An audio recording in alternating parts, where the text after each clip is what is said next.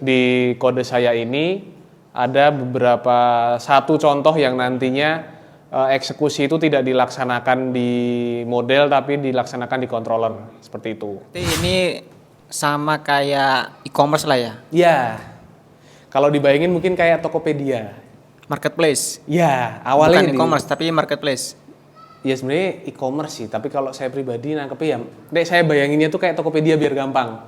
Oh ya, teman-teman tanggung jawabnya adalah memberikan progres ataupun perkembangan skill programmingnya, khususnya di back-end Python itu juga harus dilanjutkan kepada university.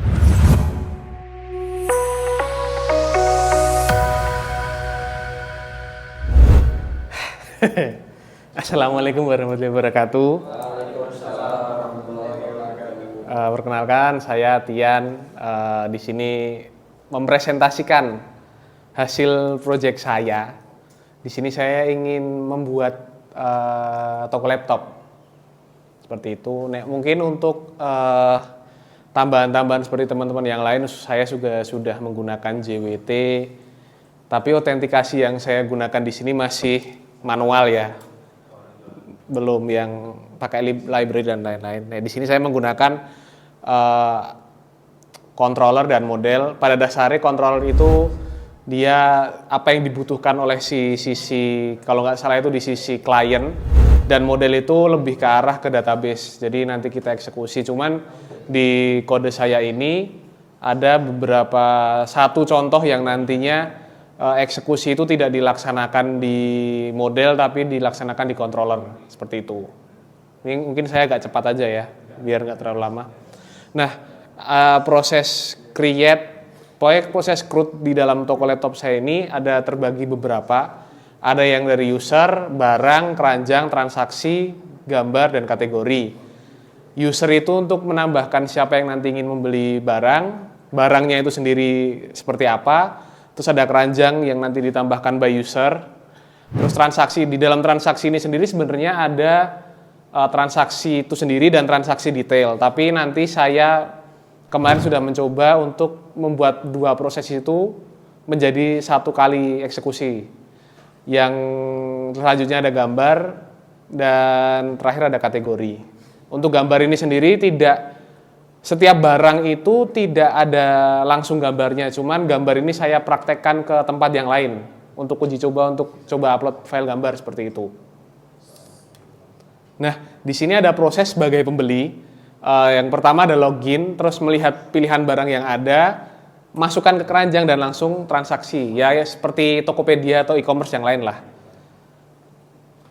Nah, di sini ada proses sebagai admin. Jadi kalau admin itu cuman dia sebenarnya ini create user sudah nggak terpakai, tapi admin di sini lebih ke arah data barang yang ada di database itu sendiri. Jadi bisa, soalnya awalnya saya membayangkan kalau admin yang harus membuat user, tapi kalau dibayangkan kok malah aneh. Jadi saya lepaskan skema itu, jadi user bisa langsung tanpa harus menjadi super admin kayak gitu.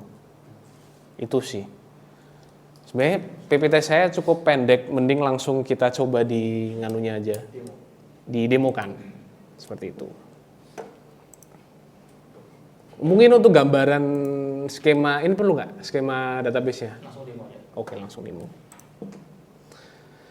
Nah, di sini ada beberapa pilihan. Yang user satu itu untuk mendapatkan token login, yang users biasa itu untuk dia itu create user. Yang lain ya standar. Yang validated itu untuk memvalidasi apakah itu sudah benar. Terus ini ada get user by ID. Terus ada put dan delete. Nah, untuk put dan delete ini memang agak unik karena saya mengganti baru tadi untuk bisa memberikan skema tertentu. Mungkin sambil jalan yo. Di sini username.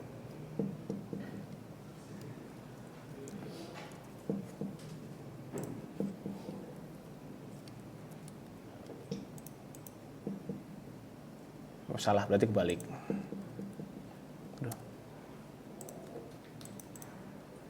Nah, kalau berhasil dia akan mendapatkan token.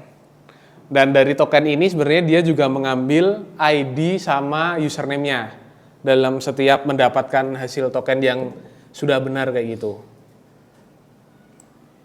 Terus kita masukkan ke sini. Duh. Copy. Terus kita masukkan ke sini. Nah, udah berhasil. Baru nanti kita bisa melakukan perintah-perintah yang lain kayak ya bermacam-macam lah. Itu. Lanjut aja ya. Nah, kategori di sini sebenarnya dia merujuk kepada kategori barang. Dan kategori barang di sini saya cuman kategori laptopnya cuman ada 3. Jadi kalau misal kita masukkan di sini, sebenarnya ini langsung untuk mendapatkan aja, keywordnya nggak ada karena memang sedikit barangnya, jadi tidak terlalu. Nah, limit ini untuk menunjukkan berapa sih laptop atau kategori yang ingin kita tampilkan. Nah, page itu untuk halamannya seperti itu. Nah, ya, saya punya cuma 3 kategori laptop, ada gaming, productivity, sama basic office. Kenapa ID-nya melompat-lompat? Karena untuk mengetes CRUD-nya itu sendiri. Jadi dia hilang terus nambah, hilang nambah seperti itu. Sudah, sebenarnya hampir sama semuanya. Jadi apalagi ya, barang. Dan ada yang apa ya? Yang biasanya dipresentasikan barang apa? Tambah barang bisa. Mungkin di sini coba satu-satu aja, tapi beda-beda ini. Soalnya hampir sama sih. Di sini nama barang, misal laptop baru, deskripsi laptop, harganya 90.000. Dan di sini tidak menggunakan titik karena dia nanti di database auto memberikan titik itu sendiri. Stoknya 5. Kategorinya saya lupa ya. Sebentar.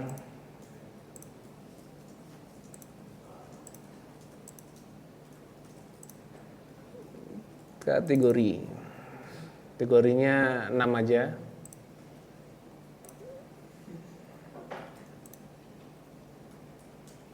Oh. Harusnya bisa, cuman harusnya ini karena saya Tian, harusnya ini bisa sih. Soalnya tadi saya login sebagai Tian, yaitu mungkin ada sedikit error. Ya, mending kita lanjut aja ya untuk menghemat waktu. Nah, keranjang ini sebenarnya dia bisa, karena coba satu-satu aja tapi beda-beda nganu. Kita cek keranjang, basicnya ada berapa. Nah, ada 1, 3, 4, 6, 9, 10, 11. Kita coba ambil dari keranjang nomor 6. Soalnya kodenya hampir sama. Coba kita ambil nomor 6. Nah, bisa langsung menampilkan responnya seperti ini. Ada barang ID, ID-nya berapa, kuantitas, sama user yang sudah menambahkan ke keranjang. Kayak gitu. Lanjut, transaksi. Nah, di sini transaksi ini memang agak unik awalnya karena niat saya memisahkan, jadi step by step. Soalnya di kode saya itu ada transaksi dan transaksi detail seperti itu. Nah, kemarin ada revisi, terus saya disuruh untuk mencoba transaksi, akhirnya agar dalam satu kali jalan itu bisa langsung menuliskan nanti di transaksi dan transaksi detail. Kita coba di sini aja ya.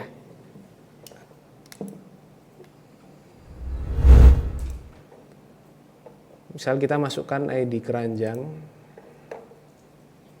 Di keranjang yang usernya 1, ID 1 atau ID 10 ya, biar beda. ID 10, nama lengkap Agustian, alamat Bantul. Nah, berhasil ditambahkan. Nah, nanti transaksi itu dia akan langsung menambahkan ke bagian transaksi dan transaksi detail harusnya. Nah, di sini kan pas kan sekarang 17.50, di sini menambahkan. Terus dia ada di transaksi detail Nah, ini yang terbaru. 10 barusan kita sudah eksekusi seperti itu.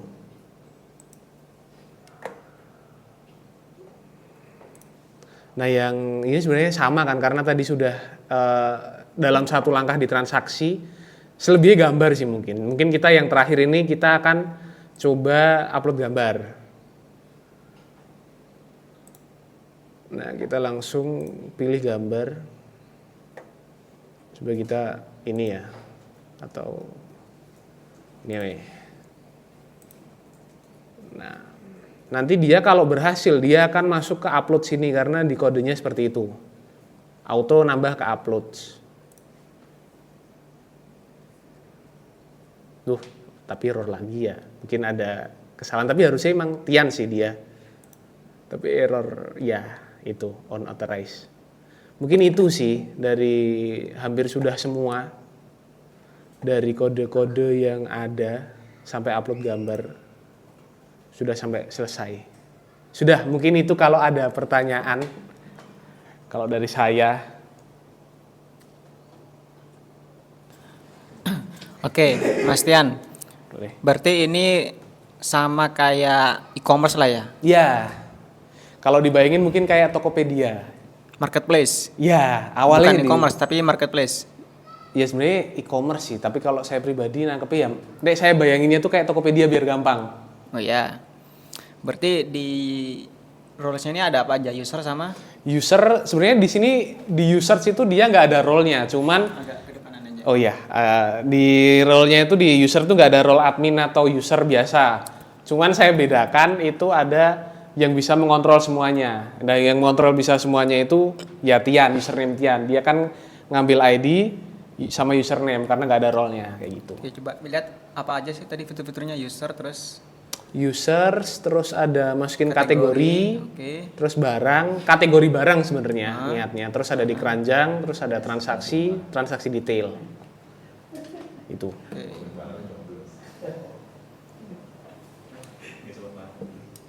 Sebenarnya di sini langsung bisa merangkap ke transaksi dan transaksi detail, dicoba transaksi itu. Oke, intinya berarti e-commerce lah ya. Ya. Buat toko online lah intinya. Tadi yang masih belum berjalan apa? Atau sudah semuanya berfungsi? Gambar sama apa yo? Di ini kayaknya di Get by ID. Yang punya aksesnya ini. Iya, unauthorized. Tapi harusnya bisa, cuman nggak tahu error. Oke. Ya, nanti terkait masih yang ada yang belum running atau belum masih error, ya nanti sambil lalu diperbaiki. Oke. Saya kira juga sudah cukup paham terkait flow dari sistemnya. Nanti mungkin kalau dari sisi teknis nanti langsung Mas Binsar ya terkait komentarnya. Oke, sebelumnya dari latar belakang Mas Tian ini juga menarik untuk kita sampaikan. Ini Mas Tian sudah selesai kuliahnya Mas Tian. Alhamdulillah sudah. Oke, ini Mas Tian sudah selesai kuliahnya, tapi yang uniknya di sini Mas Tian ini bukan dari jurusan IT sebelumnya. Betul. Ya, jadi Mas Tian ini jurusan apa dulu? Jurusan hubungan internasional. Oke, dari jurusan hubungan internasional di salah satu ya perguruan tinggi swasta lah ya di Jogja. Sekarang sudah selesai, terus belajar coding di university dari front end sampai back end sekarang. Betul. Alhamdulillah kalau kita lihat perkembangannya juga cukup bagus terkait codingnya, juga kritis dalam mengambil materi-materinya. Kalau misal nggak paham, juga pertanyaan-pertanyaannya kadang nyeleneh gitu, tapi kadang itu yang bisa membuat paham gitu, memantik yang lain juga, karena mungkin dari skillnya kan memang di HI ya, jadi harus pinter ngomong lah ya, Diplomasi istilahnya. Ya. harus banyak memang diplomasi, jadi skill komunikasinya juga saya kira cukup baik. Jadi kalau misal nanti Mas Tian juga bisa mengembangkan skillnya mendalam lagi di ilmu programming, saya kira ini menjadi nilai plus buat Mas Tian, karena memang kalau ilmu di luar IT misal ilmu HI, tapi juga punya skill lain yang di luar ilmu HI sendiri, apalagi di ilmu teknologi, saya kira juga nanti bisa diperpadukan skill yang sudah didapatkan di kuliah di hubungan internasional dengan ilmu-ilmu yang sudah didapatkan dari university, terutama di bidang IT-nya gitu. Jadi kalau cuma lulusan HI saya kira sudah banyak, tapi lulusan HI yang paham teknologi itu yang masih sedikit. Kita beri tepuk tangan dulu buat Mas Rian.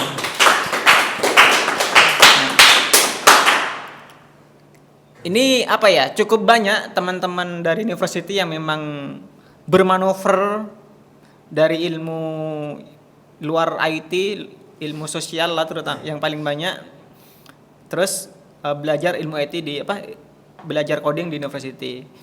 Nah, kemarin juga ada salah satu alumni university itu Mas Ali, mungkin teman-teman juga sudah paham. Itu dulunya jurusannya ilmu peternakan.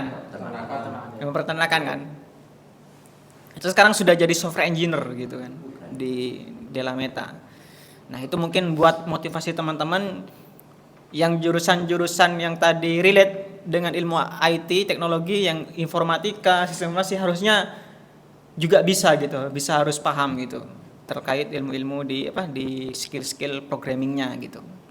Yang dari luar jurusan IT aja paham kok gitu dan berhasil, kita juga harus menjadi motivasi lah orang-orang seperti itu.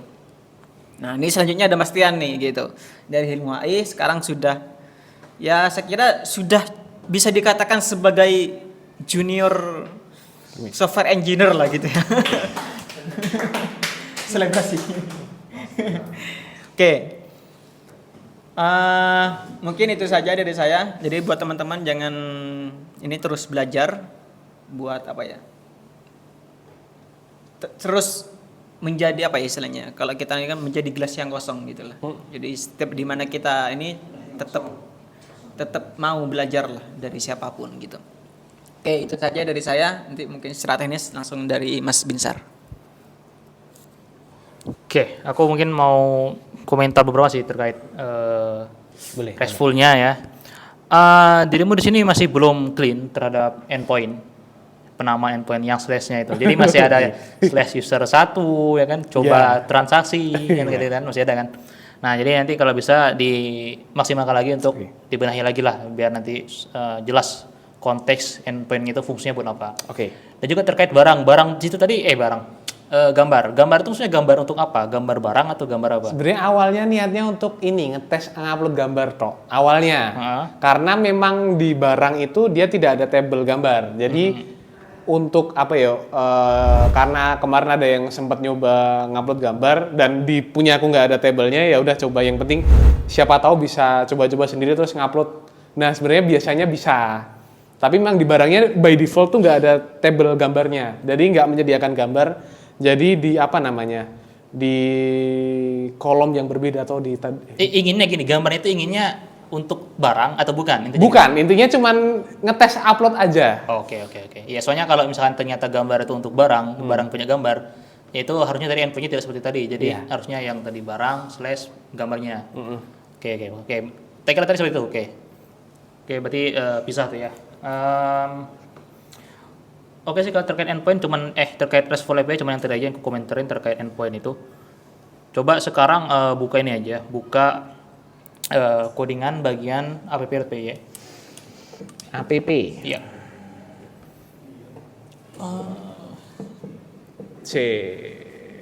Ini. Gimana sih? Kelihatan sih terang. Oke, gak apa. Di close aja itu. Nah, gitu aja.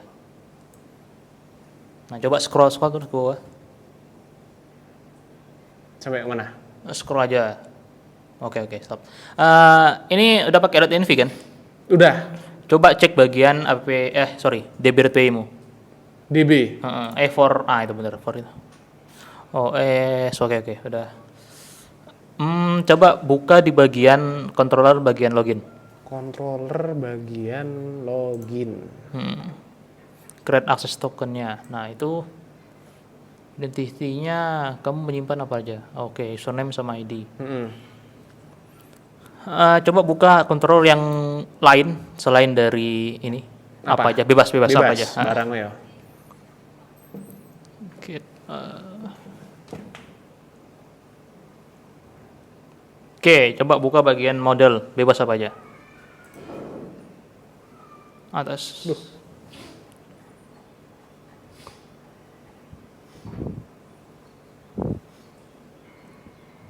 Oke sih, dari segi coding udah oke. Ya mungkin tadi catatannya cuma itu aja sih, yang bagian endpoint itu aja diperbaiki aja ya. Oke. Endpoint. Oke, mungkin itu aja kalau dari aku. Cukup. Oke, mungkin dari Mas Tian mau menyampaikan apa? Masih ada yang mau disampaikan atau langsung memberikan closing statement?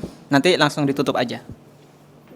Closing statement apa ya? Maksudnya mungkin ini video nanti akan tersampaikan ke pihak Delameta selaku pemberi beasiswa, ya saya mengucapkan terima kasih mungkin karena beasiswa ini jadi saya bisa punya mentor untuk belajar back-end Python ini dengan bukan cukup sih, baik dan terarah seperti itu. Itu sih mungkin terima kasih misal video ini sampai ke pihak Delameta. Ini tuh sih kata closing statement. Ya, langsung ditutup aja kalau ada. Wassalamualaikum warahmatullahi wabarakatuh. Waalaikumsalam.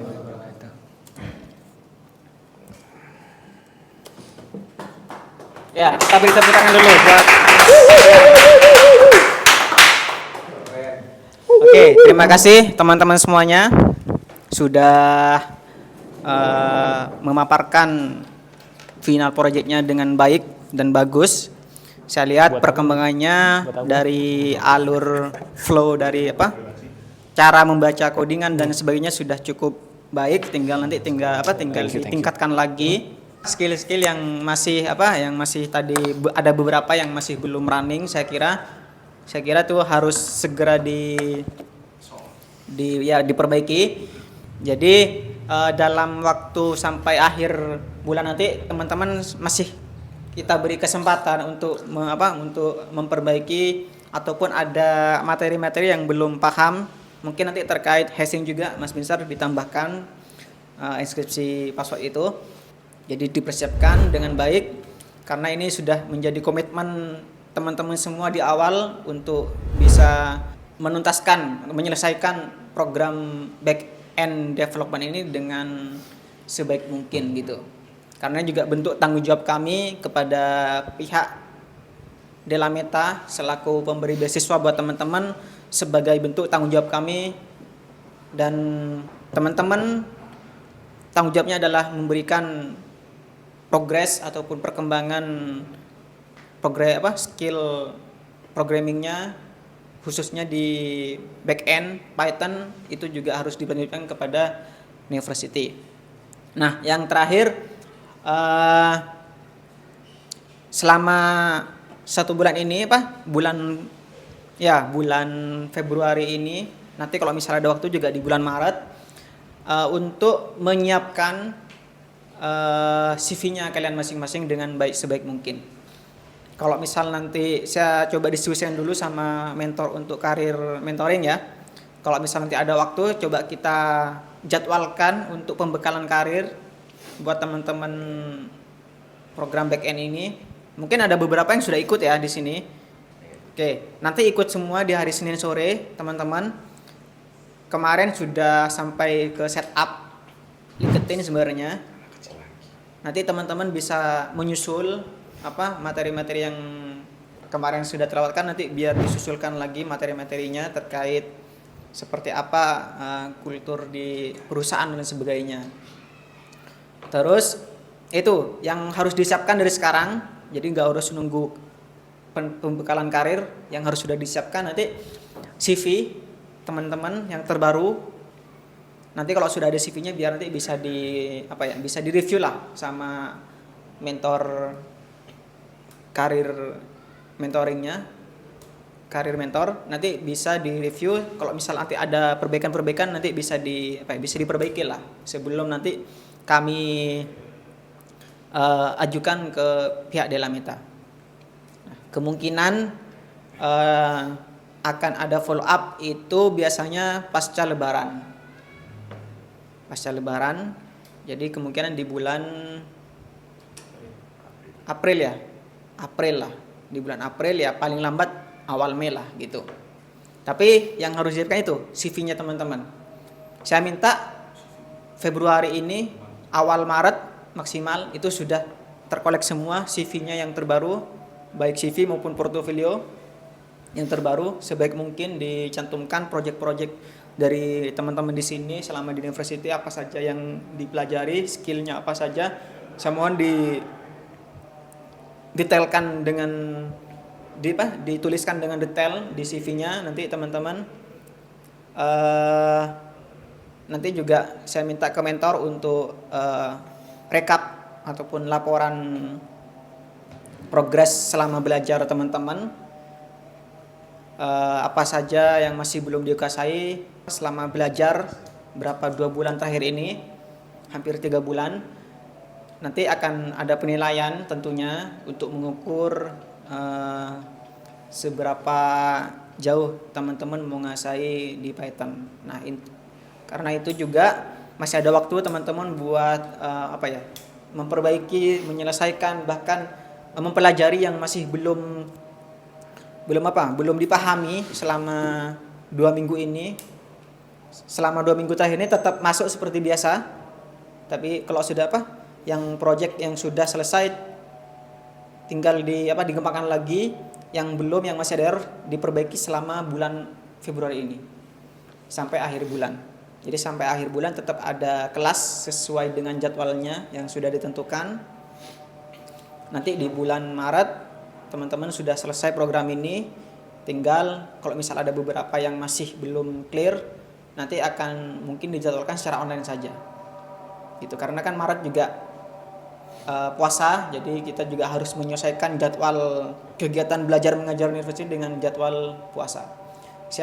Mungkin itu saja dari saya mewakili university. Terima kasih buat teman-teman yang sudah